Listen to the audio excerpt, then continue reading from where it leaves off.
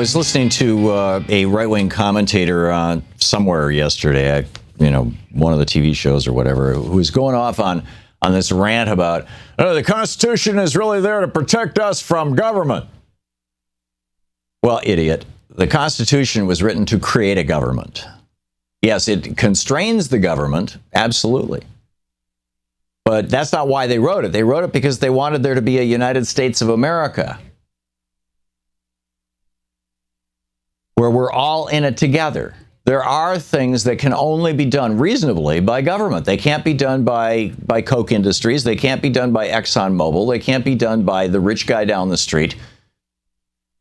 They need to be done by all of us, collectively. And Barack Obama, when he went to Flint yesterday, pointed that out very clearly. Now, let me just put this in context for a second. You've got Donald Trump and the Republican Party. Well, you've got the Republican Party out there saying you don't need government for anything. Most of the Republican Party these days is echoing the libertarianism of the Koch brothers, because through their various foundations and Americans for Prosperity and everything else, they're funding so many of these Republican politicians, or they're a consequential source of funding for them. That these Republican politicians have to lie about science. Oh, there's no such thing as global warming, and they have to, they have to genuflect to the billionaires. And part of that genuflection, part of that thing is the suggestion that, as Maggie Thatcher famously said, there's no such thing as society. There's only a collection of individuals. And if each individual is operating in maximum greed, then the best thing happens to society. That is the libertarian philosophy in a nutshell. It's Milton Friedman in a nutshell. It's von Mises in a nutshell. It's Hayek in a nutshell. It's Ayn Rand in a nutshell. Well, your president and mine, President Barack Obama, went to Flint yesterday and pointed out that that's a pretty damn stupid concept. Now, he didn't come out and say it quite the way I did. He said it much more elegantly, as he is wont to do. I mean, this is a brilliant, brilliant man. But here is President Obama basically destroying this libertarian/conservative idea that, you got to just pull yourself up by your bootstraps, and we don't need no stinking government, and we're not all in this together, and it's every man for himself, and all that other crap, frankly, that the Republican Party has been peddling, that the John Birch Society was peddling, that Americans for Prosperity and the Cato Institute, and this morning I turned on NPR and I heard, and they were saying, well, let's go to somebody from the Competitive Enterprise Institute, or one of the right-wing think tank. At which point I turned off NPR. Said, screw it, I'm going to get up and take a shower. It's like, I don't need to listen to this stuff. But anyhow, here's President Obama. He's in Flint, and he's talking about the importance of government working. It doesn't matter how hard you work, how responsible you are, how well you raise your kids. You can't set up a whole water system for a city. That's not something you do by yourself. You do it with other people. You can't hire your own fire department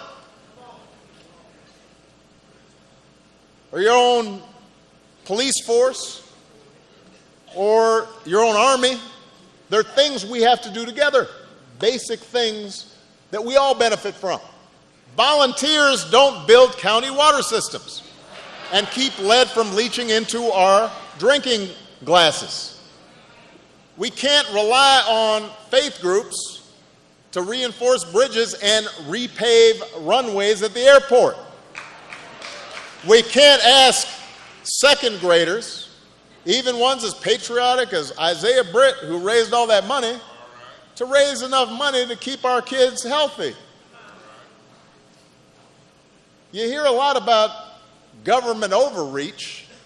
Oh, he's for big government. Listen, it's not government overreach to say that our government's responsible for making sure you can wash your hands in your own sink, or shower in your own home, or cook for your family. These are the most basic services.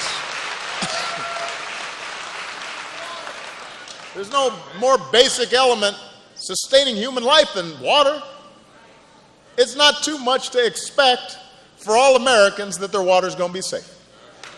Go. And Flint is going through an absolute disaster right now, and it's as much a disaster as Hurricane Katrina or anything else.